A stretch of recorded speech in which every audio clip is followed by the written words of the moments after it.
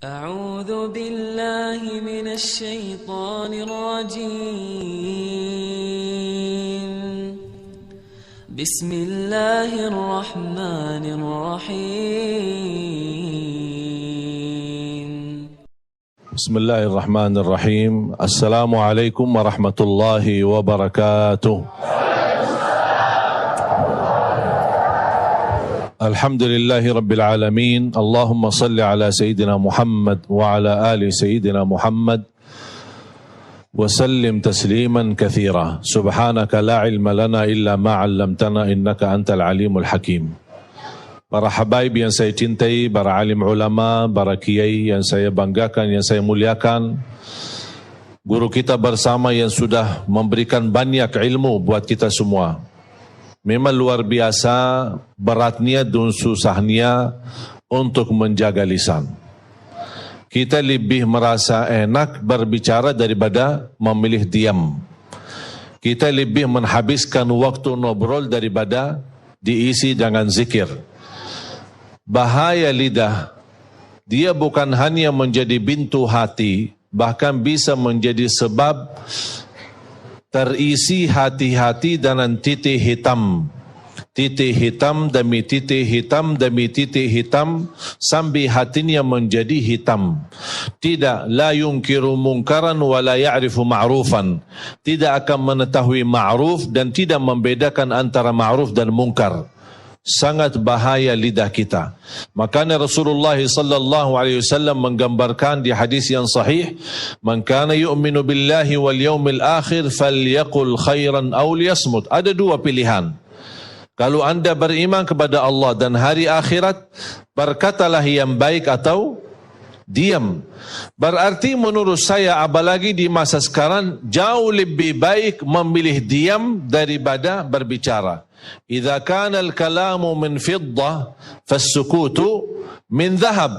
Kalau berbicara itu dinilai seperti nilai perak, tapi jauh lebih mahal berdiam karena nilainya seperti emas. Karena sangat membahayakan, bukan bisa menyakiti perasaan orang lain, bukan bisa membahayakan hati kita, bahkan bisa membawa kita masuk neraka.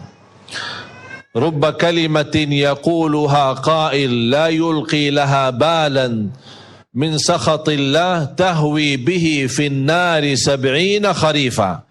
Bisa saja seorang berbicara tapi dia tidak menilai dan memperhatikan perbicaraannya, mendapatkan kemurkaan Allah gara-gara perbicaraannya itu dan masuk neraka 70 tahun. Satu kata bisa membawa kita masuk neraka. Bagaimana kalau kita dari pagi sampai malam suka menjelekkan orang, menghina orang, gosip orang, fitnah orang, apalagi orang yang dibicarakan itu adalah ulama. Hati-hati. Ulama adalah pewaris para nabi. Kalau ada ulama yang bersalah, kita punya sikap dan kewajiban menutupi kesalahannya. Kalau tidak bisa membela, paling tidak menutupi aibnya. Ini ulama, kalau sudah rusak nama baik mereka, na'udzubillah, jangan kita terlibat merusakkan nama-nama baik mereka. Mengapa kita berusaha menutupi aib orang lain? Supaya kita ditutupi aib kita oleh Allah subhanahu wa ta'ala. Man tatabba'a awrata akhihi tatabba'a Allahu awratah walau fi jawfi baitih. Barang siapa yang suka mengikuti aibnya orang, akan Allah membuka aibnya walaupun di dalam rumahnya sendiri. Jamaah sekalian yang dimuliakan Allah subhanahu wa ta'ala, banyak pesan-pesan Allah di suratul Hujurat. Saya nasihatkan anda semua kalau nanti pulang, buka Al-Quran suratul Hujurat. Banyak nasihat-nasihat, moral-moral, akhlak-akhlak untuk mendidik kita kalau kita bisa belajar dan kita praktik. Allah subhanahu wa ta'ala berfirman, A'udzu billahi minasyaitonir rajim. Ya أيها الذين آمنوا إن جاءكم فاسق بنبأ فتبينوا أن تصيبوا قوما بجهالة فتصبحوا على ما فعلتم نادمين. Allah subhanahu wa ta'ala menajarkan kita untuk bertabayun ketika kita didatangin berita fitnah, berita yang tidak jelas sumbernya. Hati-hati. Sama dengan posisi lidah adalah posisi HP. Ketika kita menerima sebuah berita, dengan mudah kita sudah membaca, tidak tahu sumber berita apakah benar atau tidak, langsung kita copy terus dipas dan dikirim. Itu yang saya sebut dosa jariah. Biasanya tahu apa? Sedekah jariah atau amal jariah. Ini dosa jariah. Apa itu dosa? Kalau sudah terlanjur kita menerima berita yang hoak, berita yang tidak benar, atau video yang tidak benar, atau video isinya maksiat dan dosa, terlanjur kita sudah lihat, udah cukup, astaghfirullah wa atubu ilaih. Jangan coba-coba kita sebarkan dan kirim ke orang lain. Kalau kita meninggal dunia, apa yang kita sudah kirim, itu yang menjadi terbuka buku amal kita dan menalirkan dosa-dosa sepanjang video itu masih berjalan. Na'udzubillahi min zalik. Cukuplah jamaah sekalian berbuat dosa kita, yang kita harap selalu diampuni Allah subhanahu wa ta'ala. Makanya jangan coba-coba kita menyebarkan berita, apalagi kita menggunakan lidah kita. Kalau kita tidak bisa berbicara baik terhadap teman kita, lebih baik kita diam. Allah subhanahu wa ta'ala mengizinkan kita berbicara dalam keburukan ketika ada orang yang menzalimi kita. Contoh, kalau ada orang menzalimi kita dan persoalan kita sudah masuk sebagai kasus sampai ke mahkamah, disidang, dipanggil, pasti ditanya dalam kasusnya terhadap si orang yang menzalimi, ambil harta kita, ambil hak kita atau menzalimi kita, pasti ditanya oleh hakim, bagaimana posisinya? Apakah saya boleh enggak bicara keburukan orang tersebut karena dia di dalam posisi menzalimi saya, atau saya diam ketika ditanya oleh hakim, oh maaf Pak, saya tidak berani ngomong karena saya takut dosa. Terus gimana mau diselesaikan masalahnya di mahkamah, di depan hakim? Allah di hal ini mengizinkan, la yuhibbullahu al-jahra bis-su'i minal qawli illa man zulim.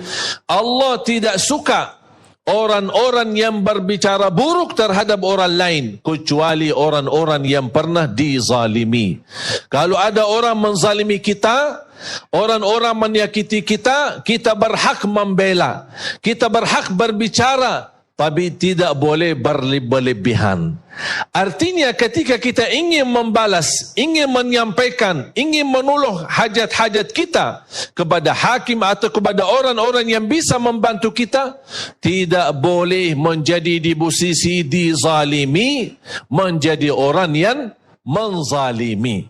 Makanya kata ulama, lebih baik kita tidur dalam keadaan dizalimi daripada tidur dalam keadaan menzalimi. Lebih baik kita dihina, kita dicaci maki, kita difitnah, tapi saya berusaha menjaga lidah. Termasuk amal kebaikan, bukan hanya membawa keburukan, kebaikan-kebaikan, amalan-amalan salih yang kita lakukan, gara-gara lidah bisa menjadi hanus amal kebaikan kita, bisa sia-sia amal-amal kebaikan kita. Kalau Allah sudah menanugerahkan kita beramal salih dan tidak ada yang tahu, jangan menjadi kebiasaan suka mencerita kebaikanmu saat anda melakukan kebaikan itu sendiri. Contoh, suka tahajud? Langsung jawab suka. Besok pagi kita ketemu teman pas di kerja, teman kita melihat, aduh, kita nanti, kenapa? Saya tadi malam capek, sepanjang malam salat malam. Kenapa cerita? Kalau sudah melakukan kebaikan, apalagi di saat tidak ada yang tahu, dah usah kita ungkapkan. Sebagaimana kita tidak berani mengungkapkan dosa kita, ada enggak yang biasa bisa ketika malam hari dia berdosa, besok pagi dia ketemu teman, aku semalam dosa. Berani enggak? Kenapa? Malu kan? Sama. Kalau Allah sudah menganugerahkan kita bisa beramal salih sembunyi, jangan dibukakan. Tapi kalau ada orang tahu kebaikan kita, tapi bukan kita yang cerita, itu tidak masalah. Itu tidak mengganggu, tidak mengurangi pahala kita. Walaupun orang puji kebaikan kita, kita tidak pernah punya keimpian orang memuji kebaikan kita. Tapi seandainya kalau ada yang memuji kebaikan kita, itu bukan sesuatu yang kita harapkan, tapi ini sebuah anugerah dari Allah. Sebagaimana bersabda Rasulullah, tilka ajilu busyral mu'min. Inilah berita gembira yang Allah anugerahkan dari lidah-lidah hamba-hambanya yang memuji orang-orang salih. Faham? Jamaah sekalian dimuliakan Allah Subhanahu wa taala. Allah melarang kita untuk berbicara sebelum kita memfikirkan. Bahkan ini nasihat dan wasiat Rasulullah. Bahkan itu wasiat Sayyidina Ali bin Abi Talib radhiyallahu an, "Fakkir fima taqul, fa in kana khairan faqul wa illa faskut." Berfikirlah sebelum berbicara. Kalau itu baik, lanjutkan. Kalau tidak baik, lebih baik diam. Sebagaimana bahaya lidah, bisa satu keburukan yang kita ucapkan membawa kita masuk neraka 70 tahun. Tapi alhamdulillah sebaliknya, Allah memberikan dengan lidah yang ringan untuk bisa berzikir, amalan ibadah yang paling ringan, tapi di sisi Allah pahalanya paling besar. Amalan zikir hanya tugas lidah, gerakan lidah, tidak perlu wudu, tidak harus menghadapi kiblat, berdiri, duduk atau berbaring, dimanapun kita berada, biarpun ibu-ibu lagi halangan, masih bisa gunakan lidahnya untuk berzikir kepada Allah. Amalan ringan, mudah dibaca, mudah diingat, mudah dihafal, mudah diucapkan, tapi pahalanya sangat besar. Contoh sederhana, subhanallah wa bihamdi, subhanallahil azim. Dua kalimat, ringan di atas lisan, berat di atas timbangan, dicintai Allah, subhanallah wa bihamdi, subhanallahil azim. Makanya kita berusaha daripada isi yang buruk dan lidah kita selalu kesibukan untuk mengisi zikir supaya terhindar hati kita dari hal-hal yang membahayakan iman kita.